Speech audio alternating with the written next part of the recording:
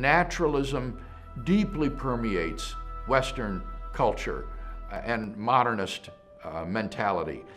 Tell me, Joe, how does he explain away God? I imagine he can handle anything just about anybody can throw at him. Well, hey, whose side you on? The side of truth. Oh, what do you mean by that?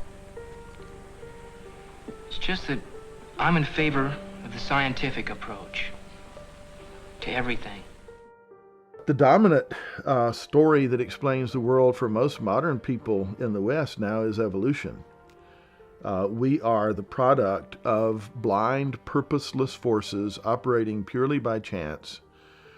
And we're essentially, therefore, no different from the rest of creation. We're no different from the animals, except we have maybe a couple of extra convolutions in our brains and opposable thumbs. What you have then is different explanations of the human condition, right? So you have the atheistic, naturalistic understanding, which basically says we're just the highest life form, we're animals with a conscience.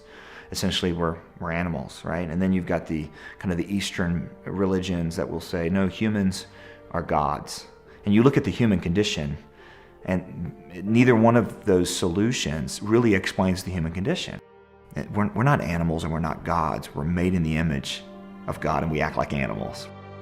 I think one of the biggest questions we have to face today is which one of those stories about who man is really explains the world, really explains us, and explains who we are.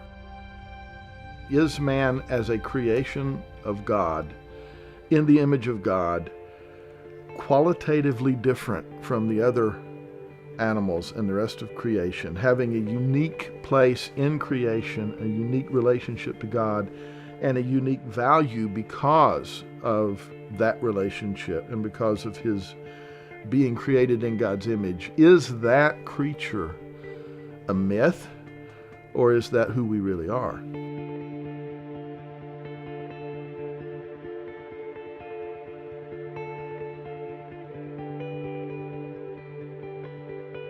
If there is no God, then we are just an accidental species that has evolved on this speck of dust, lost somewhere in an indifferent universe, which are doomed to perish individually and collectively in a relatively short time.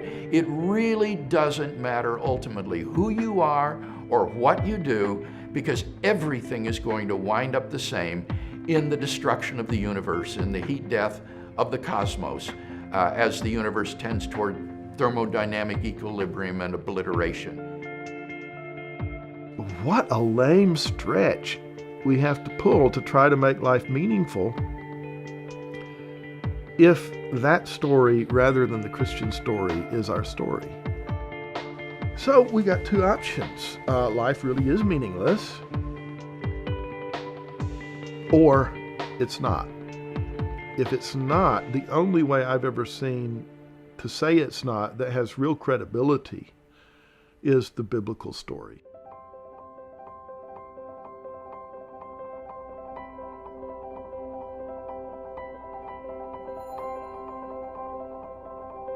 You have to have a tremendous amount of evidence for us to overcome our common experience of knowing that there are things like love. And do we really just think it is chemical? Or the fact that we even refer to our body as mine, my hand, my foot. I refer to my body as a possession. Possession of what? What's possessing my body? Why do we use language like that? We just know there's immaterial things. People understand there are souls. Even if we can't articulate it, we can't describe accurately or understand it fully what a soul is. We know we have souls. We know this. We just know it. This idea that you can't know something unless it can be demonstrated by science cannot be known by demonstrating it with science. That's a philosophical position I have to start with. I can't arrive at this notion about truth scientifically. I have to arrive there philosophically, that I can't know anything unless I test it with science. So even this idea cannot be tested with science, and it beats itself up. It can't stand on its own 2 feet. The fact is that there are all sorts of avenues to knowledge, and there are different kinds of truth and scientific truth. For example, mathematical and logical truths, which are assumed by, not proved by, science. Metaphysical truths about the nature of reality, like the reality of the external world or the reality of the past. Ethical and aesthetic truths about the good and the beautiful. And even scientific truths themselves. The fact is that modern science is permeated by assumptions which cannot themselves be scientifically proven. Now, one area of knowledge, in addition to the physical sciences, would be history. And the fact is that history is really on exactly the same level as the natural sciences in terms of its objectivity and its dependence upon empirical data. And therefore, to shun history or historiography as not a source of knowledge is extremely naive. In fact, when you think about it, there are historical sciences like geology and paleontology and cosmology that are precisely dependent upon historical data for their conclusions. So in those sorts of sciences, you have a merger of the historical method and the scientific method to produce acceptable conclusions. If you're going to exclude historical knowledge, then you've got to throw out geology and paleontology and cosmology, because those are historical sciences. And yet nobody would do that.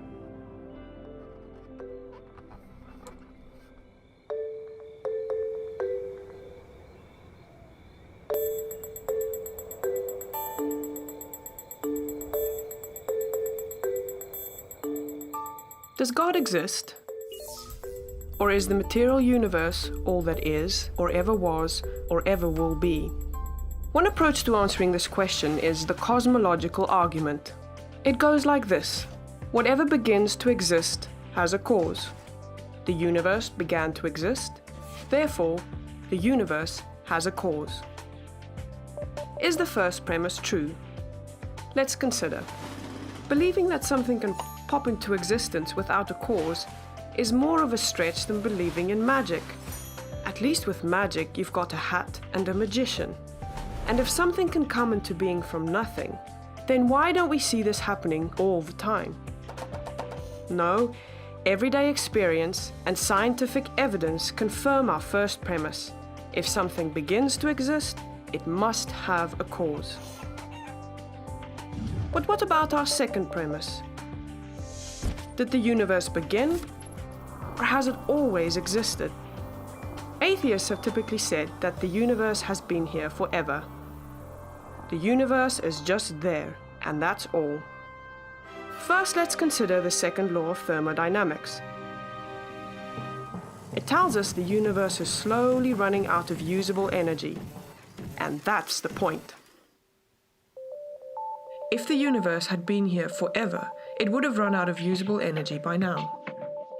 The second law points us to a universe that has a definite beginning. This is further confirmed by a series of remarkable scientific discoveries. In 1915, Albert Einstein presented his general theory of relativity. This allowed us, for the first time, to talk meaningfully about the past history of the universe. Next, Alexander Friedmann and George Lemaitre, each working with Einstein's equations, predicted that the universe is expanding. Then in 1929, Edwin Hubble measured the red shift in light from distant galaxies.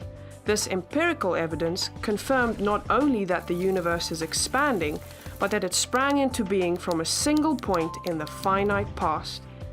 It was a monumental discovery, almost beyond comprehension. However, not everyone is fond of a finite universe, so it wasn't long before alternative models popped into existence. But one by one, these models failed to stand the test of time.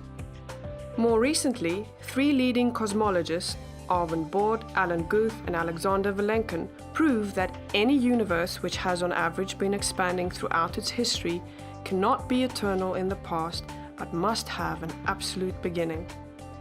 This even applies to the multiverse, if there is such a thing. This means that scientists can no longer hide behind a past eternal universe. There is no escape. They have to face the problem of a cosmic beginning.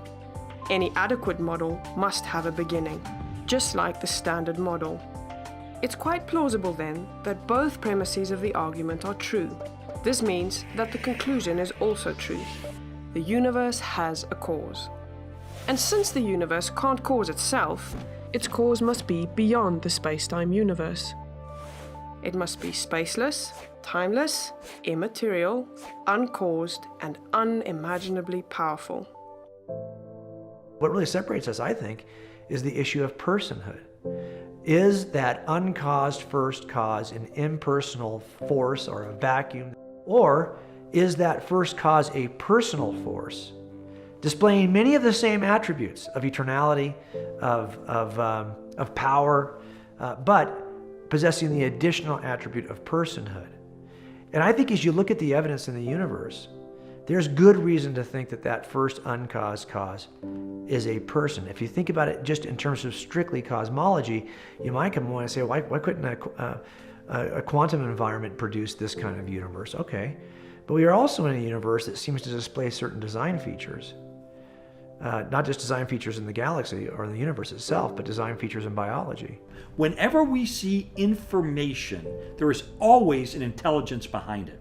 Nature can't produce information. It can produce patterns. So if you're walking down the beach and you see ripples in the wet sand, you would say, okay, the wave action or the tide action caused the ripples to be created, because nature can create patterns.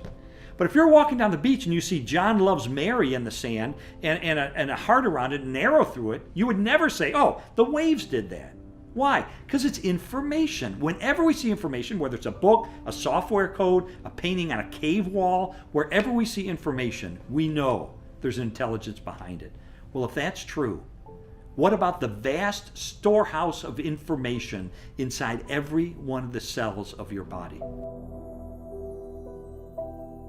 I do think the personhood of this first uncaused cause becomes a more reasonable inference. And so I think even if I wasn't a Christian, I couldn't return to my old position of atheism. I'd have to be in some form of deism or theism